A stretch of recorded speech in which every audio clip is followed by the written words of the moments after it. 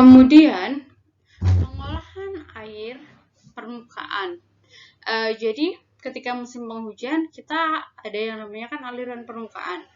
Sedangkan kita itu adalah bagaimana tidak bisa mengolah air hujan sehingga menyebabkan terjadinya salah satu penyebab terjadinya banjir adalah bagaimana kita itu tidak bisa melakukan pengolahan air hujan secara tepat. Sehingga saya selalu sampaikan bahwa di Indonesia sendiri banjir itu di mana-mana maupun di negara-negara maju. Tetapi ketika musim kemarau kita selalu kehilangan yang namanya air. Sehingga apa? Di sini kita harus melakukan yang namanya pengendalian air permukaan, pemanen air hujan, dan peningkatan kapasitas infiltrasi tanah. Oke, saya lihat ini tadi udah kan, saya contohkan rainwater harvesting. Sedangkan peningkatan kapasitas infiltrasi tanah itu, kita sudah mengalami yang namanya titik berat. Karena apa? Sekarang itu lahan terbuka, dia mengalami yang namanya penyempitan akibat lahan tertutup digunakan untuk perumahan yang semakin akibat pertumbuhan penduduk seperti itu.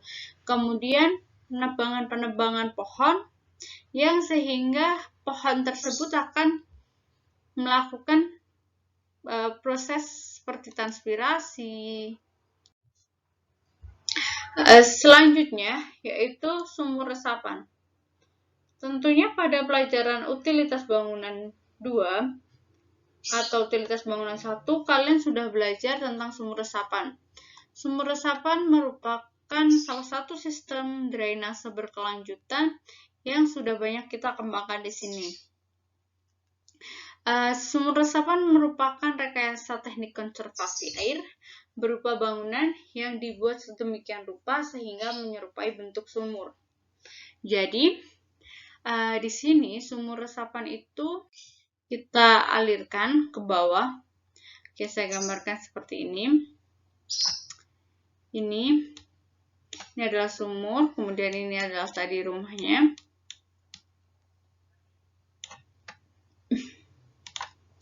Sedangkan di sini itu kan tanah ketutup biasanya kan.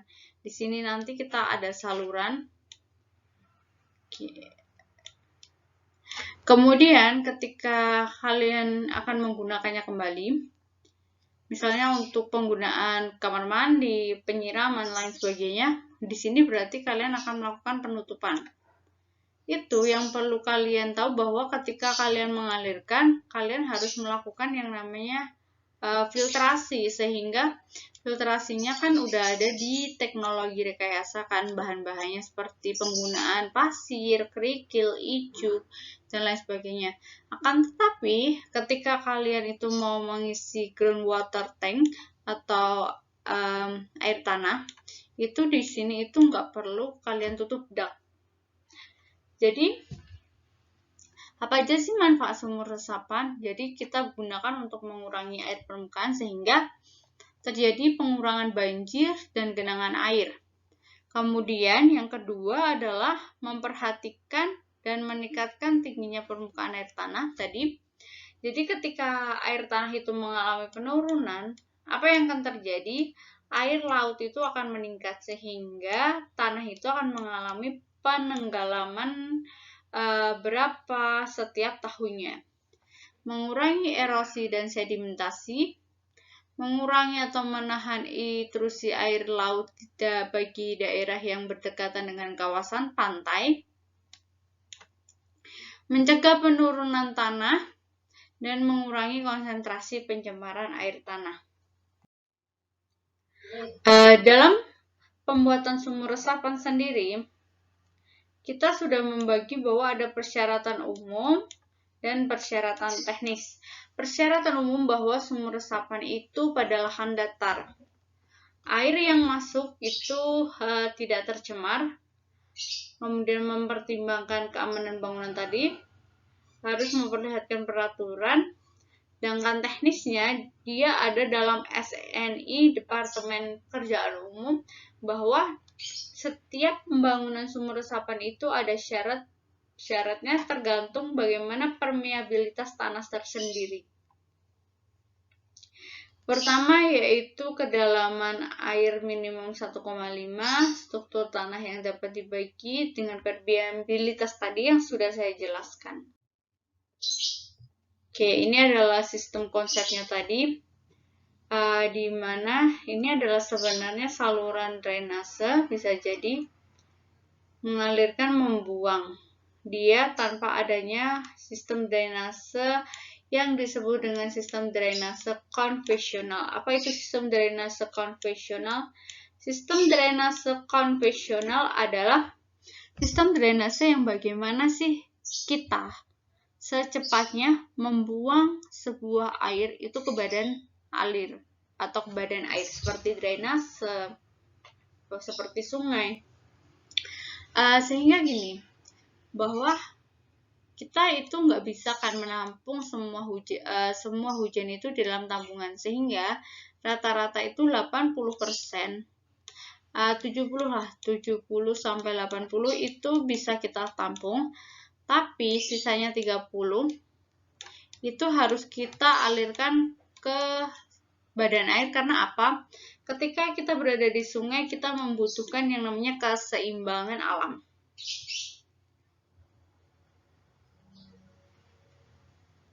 Ini adalah contoh dari sistem drainase konvensional. Kemudian, bahwa diterapkan bahwa konsep sistem drainase berwawasan lingkungan itu berfungsi untuk apa sih? Jadi kayak kita itu, ini ada kan sumur resapan. Jadi menyeimbangkan yang namanya air tanah, kemudian bisa kita manfaatkan kembali, sehingga mengurangi resikonya. Selanjutnya adalah biopori.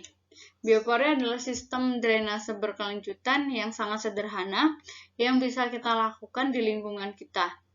Bagaimana caranya? Yaitu lubang-lubang di dalam tanah yang terbentuk akibat berbagai aktivitas organisme dalamnya, seperti cacing, perkaraan tanah, seperti itu. Ini adalah contoh dari penggunaan penampang biopori sendiri, bahwa biopori itu berfungsi sebagai pengomposan. Ini adalah contoh-contoh sampah organik yang bisa akan kita gunakan dalam sistem recycle atau sistem daur ulang. Bagaimana sih pembuatan biopori? Yang pertama, lokasi di kebun, di halaman. Waktu bisa kita lakukan sewaktu-waktu. Jumlah setiap 100 meter persegi luas lahan ideal dibuat 30 titik dengan jarak 0,5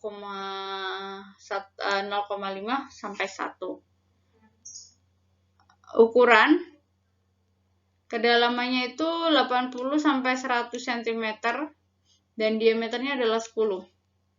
Itu adalah bagaimana kita melakukan pembuatan biopori yang bisa kita lakukan, sehingga ketika kita menerapkan sistem drainase berkelanjutan di lingkungan kita, maka kita ikut berpartisipasi dalam penyelamatan bumi. Ini adalah manfaat biopori tadi sebagai alat tabungan air, sebagai tempat pengolahan sampah organik, dan kita bisa gunakan untuk di sekitar kita. Kemudian untuk menghindari banjir dan genangan, dibuat di mana saja walaupun lahannya sempit, sehingga dia tidak memerlukan lahan yang luas. Ini adalah contoh dari penempatan sebuah lubang biopori yang akan bisa kita lakukan berguna untuk peningkatan keseimbangan bumi, sehingga kita akan mampu menyelamatkannya. Baik, terima kasih. Itu adalah perkuliahan hidrologi terakhir kita, bahwa sistem drainase berkelanjutan itu perlu kita ketahui untuk menyeimbangkan antara konservasi air dan tanah sehingga mengurangi debit banjir. Demikian, wassalamualaikum warahmatullahi wabarakatuh. Selamat beraktivitas semuanya.